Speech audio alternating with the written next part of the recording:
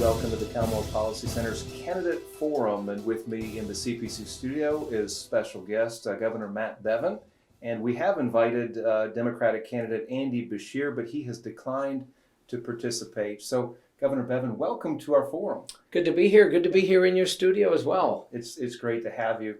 Hey, we've got a number of different topics that I'd like to cover in a fairly short period of time. I'd like to start out with on the economic front. There has been a lot of talk of what has happened under your administration in almost the last 4 years. And the latest numbers I've heard have just changed in the last 2 weeks, but it's $22 billion of new economic development in Kentucky, which is more than any 8-year term governor, which is significant. So we've had billion-dollar investments in northern Kentucky with the Amazon hub.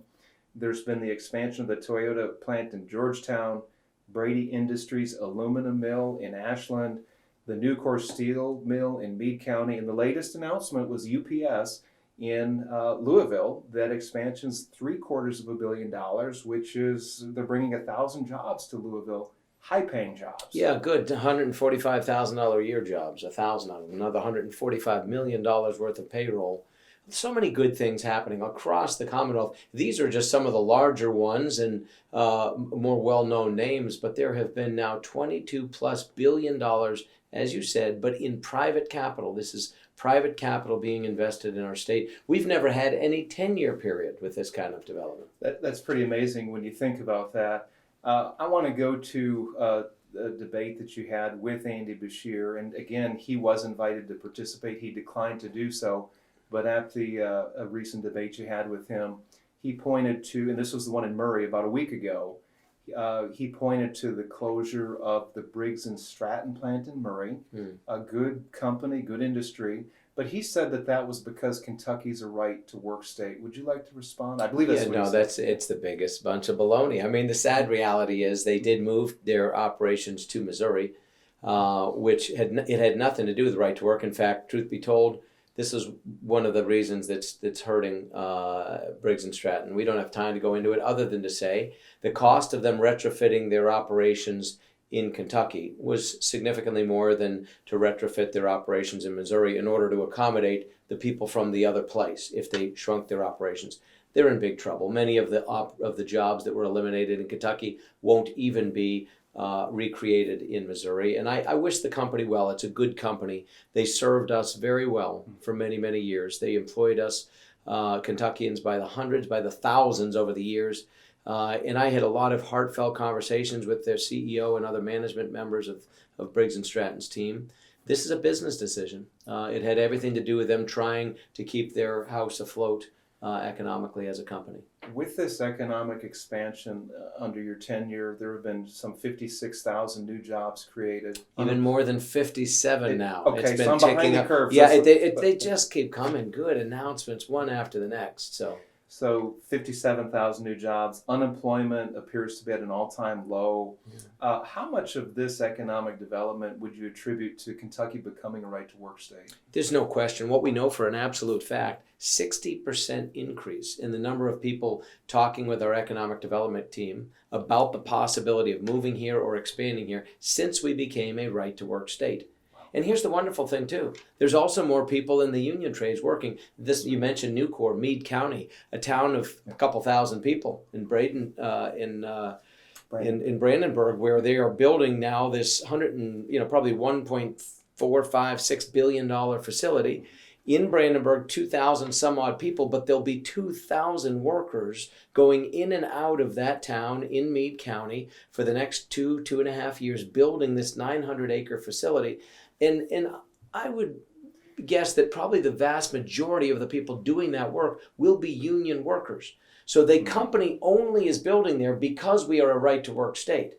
And yet, ironically, many of the people that will build this facility are union workers. And what I want to see is more jobs for everybody. It isn't about one versus the next. We need more skilled workers. And I would be grateful for all of those who come through the skilled trades, through the union shops, as well as non-union. I want everybody to have a fair level playing field in Kentucky. That's interesting you mentioned that. I saw a statistic before right to work became law, and it said that those states that do become right to work do attract more businesses, they employ more people, but also union membership increases in right to work states. And I guess we're seeing that here in The Kentucky states as in well. America where union membership is actually increasing, every one of them is a right to work state, every single one of them. And in fact, the states where it's increasing the fastest, also all right to work state, given the previous statement. And the number one state, Tennessee, a right to work state for decades now, but is seeing union membership increase by about 25% in recent years because there's just so many jobs. How much of aggressive recruiting is involved with Kentucky's huge economic development? Some people might say, well, they were going to come here anyway. We're geographically not a situated chance. in a way. So tell me what's involved. Yeah. And by the way, of course, you've been criticized for making trips across the country and internationally in the plane. Well, yeah, but people are idiots. I mean, the people who make things like that, if you make the comments that we only want people from inside of Kentucky, that's the craziest thing I've ever heard. Of course, the job of a governor is to get out there and sell this state. Abraham Lincoln, a famous son of ours, once noted, he said, good things may come to those who wait, but only the things left behind by those who hustle. And there is no substitute for hustle, and we do. I go out. One of the trips that people were offended by is that the state plane went all the way to Seattle. Yeah, well, that's where Amazon is headquartered. Amazon is now building their prime air shipping hub in Kentucky, a $1.5 billion facility. It'll be one of the largest buildings in the world when it's done, employing thousands of people, a ripple effect. This is the cost of business, and we have been out there working from east and west. I went to China, met with the CEO and management team of a company called Shanying. Shanying has now invested hundreds of millions into far western Kentucky, into Wycliffe, resuscitating a shut-down paper mill, the old Verso paper mill that had been shut down prior to me coming into office. Hundreds of people laid off. Ballard County down on its luck. And here comes, because of efforts we made to go knock on people's door and say, come, see what we have. Indeed, they've come. Now they've just announced another $200 million they're going to build in a greenfield, brand new, from scratch, recycling facility, recycling paper, cardboard, and producing products that will go probably right up the river to be used to box up things that'll go out in Amazon planes all over the world. That's amazing. And that's something I don't know has gotten the kind of attention that it deserves. This,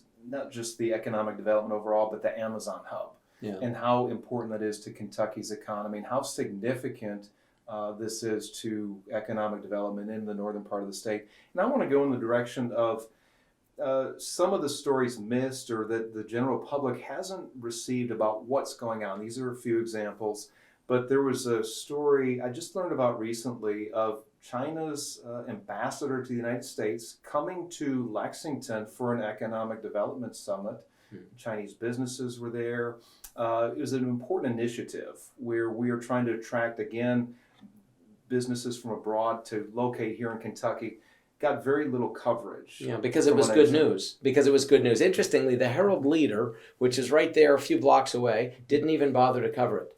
It was the largest U.S.-China summit that will be held in the world in 2019, was held in Kentucky. We had to cap it at 400 people. We had governors and vice governors from China that came over from various Chinese provinces, the ambassador from China, the head of the Bank of China, the head of the China Investment Corporation, which is like their chamber of commerce. We had so many CEOs and other executives from Chinese companies and U.S. companies. We had other governors and lieutenant governors from other states. We had representatives from 30 different U.S. states, all meeting here in Kentucky, talking about at the subnational level, while we're hammering out trade agreements at the national level, at the subnational level, company to company, culture to culture, person to person, talking about how to make things happen. When I was elected, Richard, there were two Chinese-owned companies that were located here in Kentucky. They employed a few hundred people. There are now 15 that employ more than 9,000 people. And growing. And this is good because they come here, they invest U.S. dollars,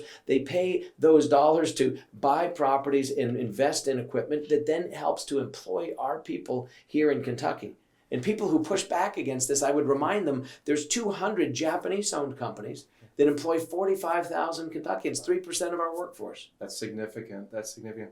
I'd like to pivot to an issue related to economic development. which is the lack of qualified employees. I don't have the latest number. At one point, I think it was between 150,000 to 200,000 jobs available for employees that had certain skill sets, but the businesses here couldn't find them. Are we making strides in that direction and maybe the answers are coming from other states, I'm not sure, but the businesses are locating here, they're looking for qualified employees. Yeah, we're pioneering a lot of this here. It is a need for our state and every other state. We had 5 key areas where we saw that, and it was in healthcare, IT, logistics, advanced manufacturing, and construction trades. In those 5 areas, 60 different subdisciplines, 100,000 open jobs. And we said, and then none of these things, almost none of them, in fact, none of those 100,000 required a 4-year degree. But they do require perhaps a 2-year degree or some type of certification. All require specific training, licensing, what have you. So we said, what can we do to make it easier? So the state has offered what we call work-ready scholarships. You could be 18, 38, 58. If you've never had an associate's level degree before, and you want to study in one of those 5 areas, apply for whatever financial aid you can get. And then the state will pay the difference between what you get in financial aid and the full cost of getting trained.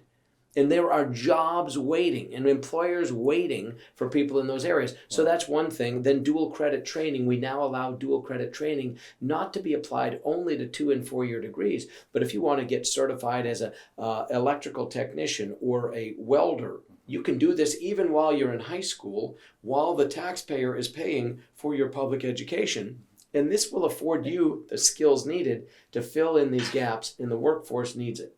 I had Commissioner of Education Wayne Lewis in the office yesterday, and we were talking about 2 different tracks to achieve a high school diploma. One track would be academic for those that would go on to college, or maybe not even to do that, but that's one track. The other would be more technically oriented, what you're talking about, equipping kids with trade skills, to be an electrician or a plumber or a diesel mechanic. They'll make more money and probably be happier than a lot of kids that are going off to college right out of high school. And there are a lot of jobs out there too. A lot of them, and good jobs.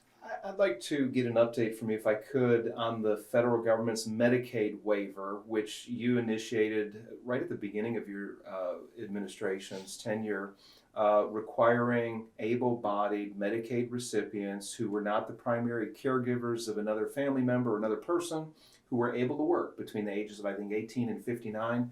What this initiative said is that they had to work part-time, 20 hours a week, go to school, or be involved with volunteerism in their community. Yeah.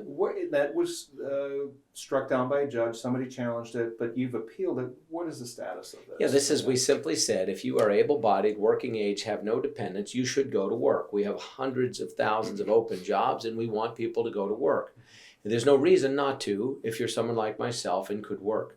And we've given people 5 on-ramps. Work 20 hours a week, volunteer 20 hours a week, go to school 20 hours a week, be in a specific training for a job that exists 20 hours a week, or take care of somebody who otherwise the state would be paying for 20 hours a week. That's it. We ask you to do one of those. And I have people say all the time, oh, that's too much to ask. They all have jobs. Well, then check. You're done. You're already done. If you're actually working, then this doesn't apply to you. This is just for people who choose not to work. The status of it is that a single judge in Washington, D.C. has struck this down. It's being heard literally even as we film this week. It is being heard by an appellate level, but also in the D.C. circuit. It's not likely to be upheld. They're going to also side with this judge. They're very, very liberal. They think that people should get things for free. I disagree. So do most people. And so what will happen? This will go to the U.S. Supreme Court. And I think the U.S. Supreme Court will uphold this. I'm confident they will. And when they do, it will change entitlement the likes we have not seen since the mid-1990s with welfare reform. So, Governor, some people would couch this, and I brought this up to you before, but some people would say Governor Bevin doesn't have a heart. He doesn't care about these people. He would throw them to the gutter. But how do you respond to that? The exact opposite. I will say this. I grew up well below the poverty level. I never had any health care, nor did my family, my entire life growing up. The first time I ever had access to health care coverage, I was in my 20s. I was an active duty Army officer. So I don't have sympathy for people like this or lack thereof. I have absolute empathy. I have been there. I understand it.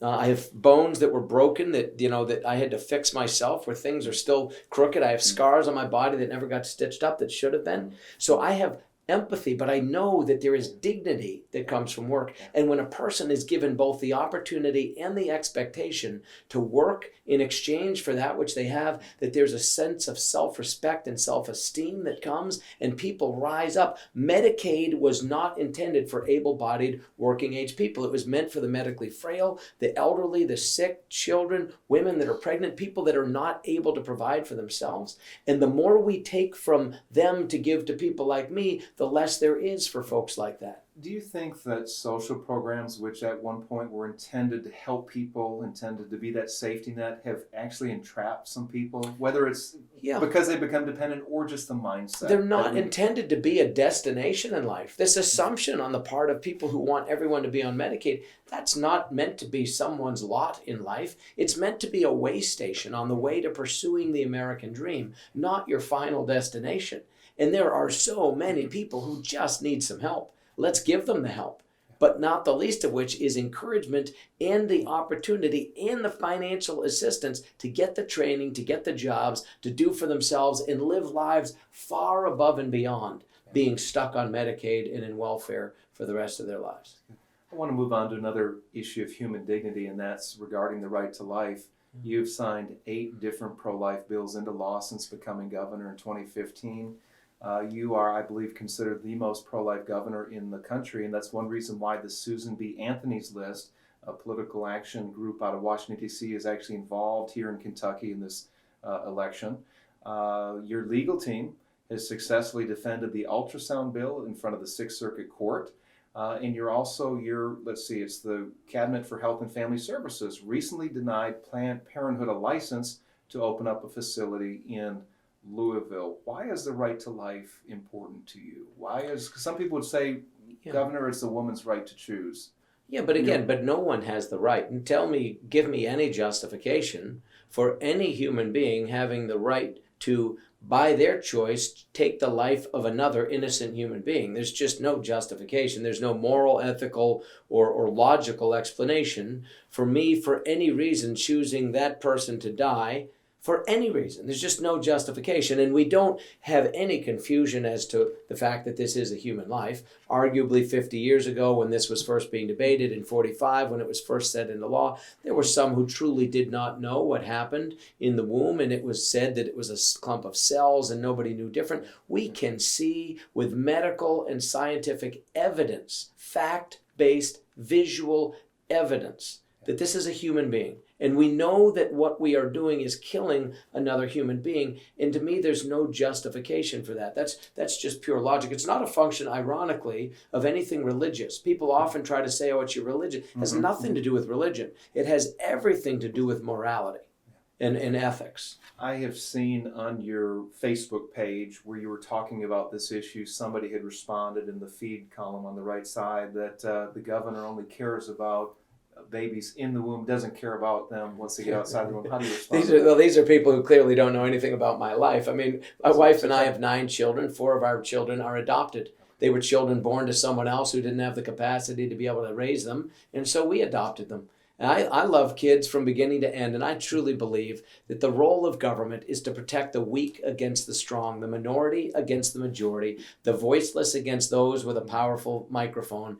And it is our responsibility in government to stand up for the sanctity of innocent human life and to defend it every turn. And so this is something that I believe, and I'm grateful to serve in a state where so do most Kentuckians. So one of your important initiatives has been to find homes for foster children and to find forever homes for children who are ready for adoption placement. You initiated something, actually your wife Glenna initiated something called Uniting Kentucky, which is really, according to some of the statistics that I'm looking at, there's been a 20% increase in foster families this year compared to last year. We still have a couple more months to go. And there's also been 20% more adoptions in 2019 compared to 2018. I love it. So this has been a priority of yours. Oh, it almost brings me to tears when you read these numbers. And here's what I know, we're just getting started. And here's what I also know.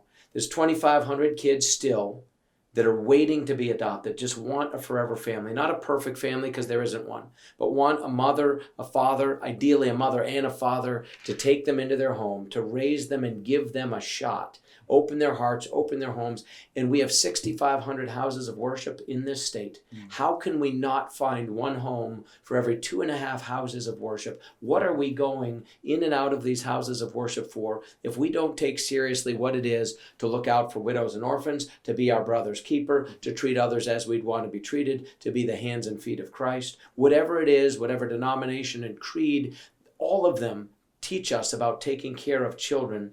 And so I think it's incumbent upon us to do it. And you have dedicated an office, a special advisor to you, Chris Johnson, to take the lead in that, Yes. in finding homes for these And Chris children. and his wife Alicia have fostered more than 30 children. They've adopted 7 of their 10 children were adopted. So this is a family that also walks the walk in addition to talking the talk. And he's a man with just a passion and a heart for this. There's another initiative that was launched back in early August. It's the One Mind Uniting the States for Our Children's Conference. This was to address human trafficking in Yes. Kentucky. I learned, according to this conference, it was revealed that there are over 1,000 kids in Kentucky that have been involved in trafficking. Some of it's related to the opioid epidemic. Some of it's related to foster care, where kids are trapped in the system and they have unscrupulous parents who are trafficking them for whatever reason. Tell us more about this conference and human trafficking, what you're doing as governor to try to combat this. Again, I think it's incumbent upon government to protect the weak against the strong, and there are many people being trafficked. It has been estimated that nationally, about 25% of the children that are being sexually trafficked and exploited in this country are officially in the foster care system somewhere in America. So clearly there are broken parts that need to be addressed. And what we wanted to do is bring other states together and thought leaders from around the country to focus on this and elevate this. And we had people from Washington, D.C., from the Health and Human Services Cabinet, as well as other people from the private sector, nonprofits, people who have been exploited and trafficked and are now advocates for those that are still stuck in that situation. And we hosted this here in Kentucky to draw attention to it, to destigmatize us and say, let us work together, not in silos, but together across state lines to help break down this ability for kids to be moved around in this way. Governor, I want to move on to, so we're talking Again, about... let me just say one thing real quickly. Yeah. This too was sadly not covered by almost anybody. Very little coverage because it was positive and it was constructive. And what passes for the media in the Herald Leader and the Courier Journal and others, including many of the television stations, very, very little coverage of this event. There's never been anything like it in the country. We often hear that politicians shouldn't interject their faith or impose their faith, if you will, into the policy arena. I'm thinking back to, I want to set this up by an event that happened earlier this year. New York's Governor Andrew Cuomo celebrated New York's law that protected abortion all the way up to the 9th month of pregnancy in many cases. The language was so loose that it essentially allowed abortion, late-term abortion. Governor Cuomo identifies as a Catholic, a devout Catholic, but he said his faith will not impact him when it comes to abortion. He says it's the right to choose. How does faith inform your politics? Where's that intersection of faith and public policy, if you will? When it comes to the life issue, we've been talking about trafficking, we're talking about foster care and child placement. There is the pushback today, and I would argue that we live in a secular culture where there's little room for a faith perspective in the public arena, where there's an informed religious worldview in the public arena. And as I see it, I want to go on a little further, there's a difference between instituting doctrine in a law or demanding that people do a certain thing, and then as an elected leader being informed by your faith. Does that make sense? There's a distinction between the two, and I'm wondering how your faith informs your politics. I mean, very much so. The Judeo-Christian faith that I was raised with, my upbringing, absolutely. It informs everything that I do as a person, as a husband, as a father, as a business person prior to being the governor, as the governor now. 100% of my decision-making is informed by my personal faith and my belief system that is grounded in that faith. But you asked the very beginning, you used two different words, two different verbs. One was you said some pushback on people injecting their faith, and then you corrected and said, or imposing their faith. Two very different things. And one is, I think it's quite appropriate for anybody in public office to let their faith inform the process, but to impose, I would agree, is inappropriate. Nobody, including in my position, should impose their faith opinion on anyone else, nor should they be expected to have a secular worldview imposed upon them. So it's a two-way street there. I'm not a big fan of, and indeed you read the First Amendment, it's protecting freedom of religion, and it's both the for and against. It's neither to form an official state religion or to preclude people from practicing their religious faith. It's very clearly spelled out. And so I think it's important for us to go back to the founding of this nation, to think about the importance of this. And let me just say this, any more than I don't expect anyone to apologize for what they believe, nor will I ever apologize for what I believe, either as governor or anything else. And let me just wrap this thought with this. You talked about how this is a secular culture. And indeed, how's that working out for us, Richard? Seriously, the more secular we become, how's that working out for us? Not well. The people that I speak to across the state, and as I speak in churches and to various groups, people shake their heads. Quite frankly, when you look at what is happening, when you look at the various issues we're dealing with, people don't know what's up, what's down.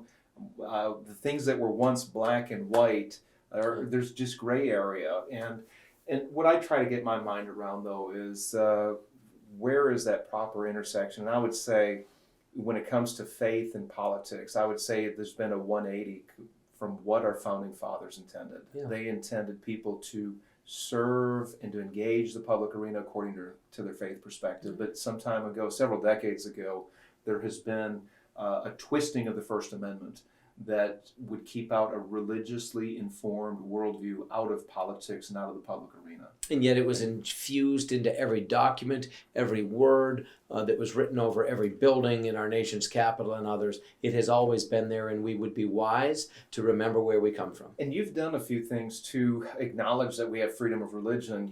There was an order or an executive acknowledgement, a proclamation, Bring Your Bible to School Day just recently. You have encouraged, actually signed some bills into law protecting the religious freedom rights of students and public teachers in our public schools. So you have the encouragement of people to teach the Bible as literature, to teach it as history, to teach it as something that has informed Western civilization and our nation's history. Again, as an elective, not forced on anyone, a pure elective, but all these things, to me, let us remember where we come from and realize that the reason we're having so many of the problems that we are having is because we've lost our way spiritually. We've got 2 minutes, but I want to talk about the limits of government solutions when it comes to, I'm thinking of some major challenges, the opioid epidemic here. We've got violence in some of our inner cities, some other challenges that we're facing. What are the limits of what the government can do to solve or to address some of these problems? Here's the thing. We don't have time in a minute and a half that we now have left to address all these. Simply to say this, the government cannot. There is much at stake. You recently did a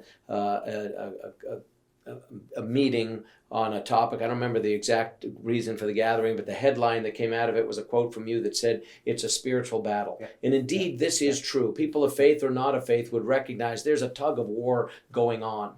And I would submit that so much of what ails human beings, what causes people to fall into addiction, is a sense of hopelessness. And when people become hopeless, they begin to lose their humanity. And when people lose their humanity, they begin to make inhumane decisions about themselves, their own bodies, their families, their communities. And when people do this, it becomes a downward spiral. So what can we do to help prop people up, lift them up, restore their dignity and their faith in themselves and in their fellow man, so that their humanity is restored, that their hope is renewed? And that is how we will see this reversed. It's not going to be another government program or some more money and some more beds. These things are partially what's needed, but we need to look at the root cause and restore people's hope and dignity. That's good. Governor, we've got just about a minute. You're on the ballot this Tuesday, November the 5th.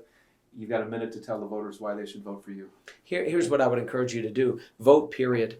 Of course, if you don't know who to vote for, that Bevin guy, I would suggest he might be a good bet for governor. But in all seriousness, 1.5 million people have died to give us the right to have this conversation, to go to the ballot box, to choose as we choose. I would ask you to think about what matters to you. What would you fight for? What do you want your children and grandchildren to have passed on to them?